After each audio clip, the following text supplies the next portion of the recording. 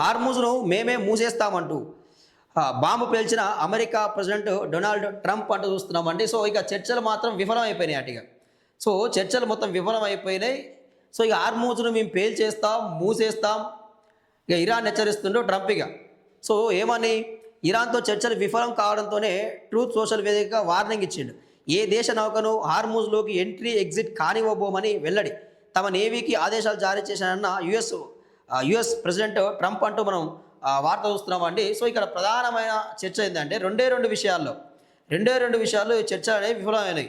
ఒకటి, ఇరాన్ ఇప్పటికి కూడా అణ్వాయుధాలు తయారు చేయొద్దు, సమకూర్చుకోవద్దు అని చెప్పి ఒక డిమాండ్ అమెరికా పెట్టింది.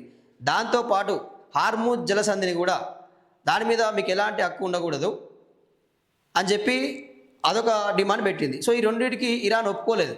ఈ రెండు విషయాలకు ఇరాన్ ఒప్పుకోలేదు. సో చర్చలు విఫలమైపోయినాయి. చర్చలు విఫలమైపోయినాయి. సో దాంతో ఏమంటే ఇక ట్రంప్కి కోపం వచ్చింది. కోపం వచ్చింది. ఇక బాంబు వేలుస్తా, అసలు హార్మూజ్ జలసంధిని లేకుండా చేస్తా, ఏ ఒక్క నౌకని కూడా అసలు రానివ్వను పోనివ్వను అని చెప్పి, ఎంట్రీ ఉండదు ఎగ్జిట్ ఉండదు అని చెప్పి వార్నింగ్ ఇస్తూ ఉన్నాడు. జలసంధిలో సీ మైన్స్ తొలగింపు ప్రక్రియ చేపట్టినట్లు వెల్లడి. తమ బలగాలపై కాల్పులు జరిపిన నౌకలపై దాడి చేసిన నరకానికి పంపిస్తామని తీవ్ర హెచ్చరిక. ఇరాన్కు వెపన్స్ ఇస్తే తీవ్ర పరిణామాలు తప్పవంటూ చైనాకు వార్నింగ్ ఇచ్చినట్టుగా.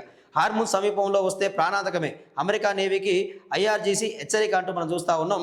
సో ఎవరైనా ఇరాన్కు ఎవరైనా ఆయుధాలు సప్లై చేస్తే, గన్స్ సప్లై చేస్తే వాళ్ళ మీద కూడా యుద్ధం ప్రకటిస్తా అని చెప్పి చైనా మీద, పాకిస్తాన్ మీద కూడా ఆయన విమర్శలు చేయడం మనం చూస్తూ ఉన్నాం. మనకు విమర్శలు కూడా కాదు, వార్నింగ్ ఇస్తుండే. అంటే ఇప్పుడు ఎటుపోతే మరి చర్చలు విఫలమైనాయి. ఇది మూడో ప్రపంచ యుద్ధానికి దారితీసే అవకాశం ఏమైనా కనిపిస్తుందా అంటే ఆ విధంగానే కనిపించే అవకాశం అయితే కనిపిస్తూ ఉన్నది ఇక్కడ. సో ఇక్కడ చర్చలు విఫలం. 21 గంటల పాటు సుదీర్ఘంగా జరిగిన మీటింగ్ అటుగా 21 గంటలు జరిగిందంటే మీటింగ్. రెండు అంశాలపై ఇరు దేశాల మధ్య కుదరని ఏకాభిప్రాయం. పరస్పరం ఆరోపణలు చేసుకున్న ఇరాన్ అమెరికా అనుచిత డిమాండ్లే కారణం. గాలిబాబ్ బృందం అగ్రరాజ్య ధోరణి వల్లే చర్చలు నిలిచిపోయాయని ఆరోపణ. డీల్ కుదురుతుందనే నమ్మకం తమకు ముందు నుంచి లేదని వెల్లడి.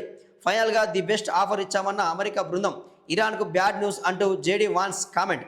అణ్వాయుధ దేశంగా ఇరాన్ను ఎప్పటికీ మారనివ్వబోమని వార్నింగ్ ఇస్తుండు. సో ఇక అణ్వాయుధ దేశంగా అంటే ఇక న్యూక్లియర్ బాంబులు, అణుబాంబులు తయారు చేసుకోవడానికి ఇక మీకు ఎట్లా మేము అవకాశం ఇవ్వము, ఆ విధంగా మేము ముందుకు పోనీయమని చెప్పి వార్నింగ్ ఇస్తున్నట్టు కూడా మనం చూస్తూ ఉన్నాం.